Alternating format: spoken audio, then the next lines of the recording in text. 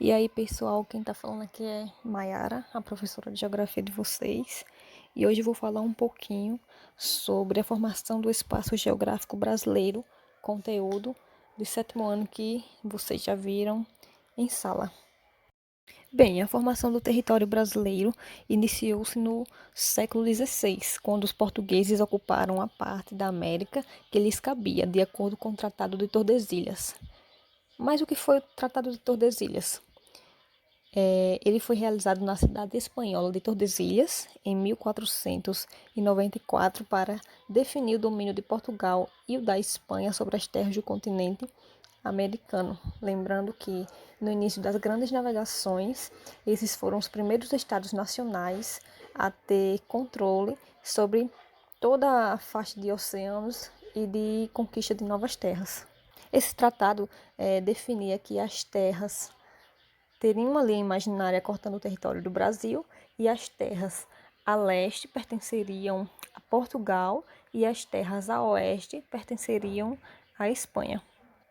Quando os colonizadores portugueses desembarcaram pela primeira vez no Brasil, no litoral brasileiro no caso, as terras encontradas já eram habitadas há milhares de anos por diversos povos indígenas. No início do século XV, a ocupação portuguesa, como eu disse já, pega ali a parte litorânea e a principal atividade econômica era a extração de pau-brasil. Era utilizada na construção de inúmeros objetos, como móveis e caixas, mas principalmente porque a resina da madeira era utilizada para produzir corante, utilizado para tingir tecidos. A parte litorânea foi dividido no que nós chamamos de capitanias hereditárias, que foi um sistema administrativo implementado pela coroa portuguesa no Brasil aí no ano de 1534. O território do Brasil pertencente a Portugal foi dividido em faixas de terras e concedidas aos nobres de confiança de Dom João III. Essas poderiam ser passadas de pai para filho e por isso foram chamadas de capitanias hereditárias. Os principais objetivos eram povoar a colônia e dividir a administração colonial. Essas capitanias, porém, tiveram vida curta e foram abolidas 16 anos após a sua criação. Para o Brasil, aí nós temos o processo de povoamento com lavouras de cana-de-açúcar e engenhos. Salvador torna-se a sede do governo português na colônia. Aí nós vamos ter as primeiras vilas e cidades ali longe daquelas capitanias, que foram São Vicente, em 1532, Olinda, em 1537, Nossa Senhora da Vitória, em 1551, São Sebastião do Rio de Janeiro, em 1565 e Salvador, em 1549. Já no século XVII, a ocupação ela é mais intensa ao interior do país, né? Como a gente já viu, eles saem dessa faixa litorânea ali perto do mar e vêm adentrando o país rumo ao interior. A principal atividade econômica aí vai ser a pecuária. Para quem não sabe, né, a pecuária é a criação de gado. Então, daí surgem os primeiros núcleos de povoamento do interior do país. Também aconteceu grande exploração de drogas do sertão, que deram início à ocupação da região amazônica. Lá na frente a gente já vai ver outra atividade econômica relacionada a essa região.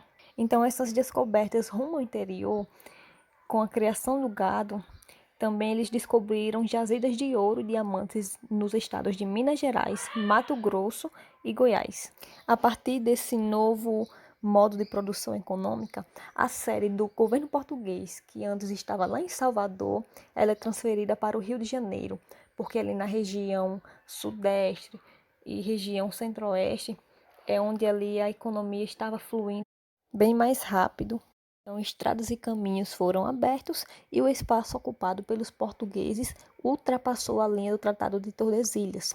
Então, o território brasileiro passa a ganhar uma forma parecida com a que nós temos atualmente.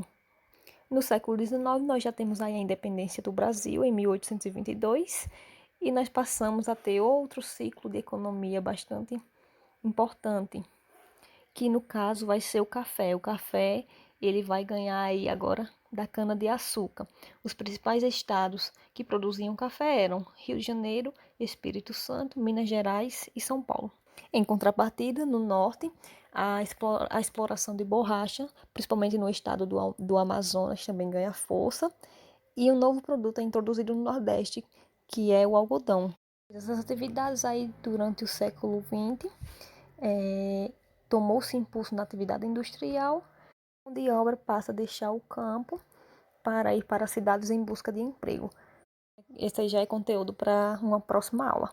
Então, pessoal, eu tentei deixar aí explícito os principais pontos da formação do espaço geográfico brasileiro.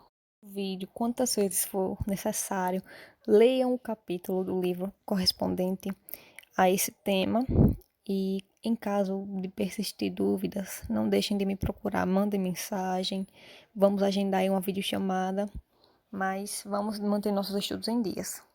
Mas é só isso e até a próxima. Bons estudos!